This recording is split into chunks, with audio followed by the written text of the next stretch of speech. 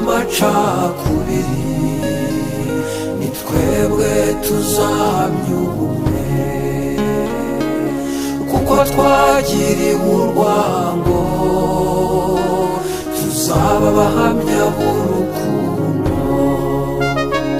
tuzaba imbuto z'umugisha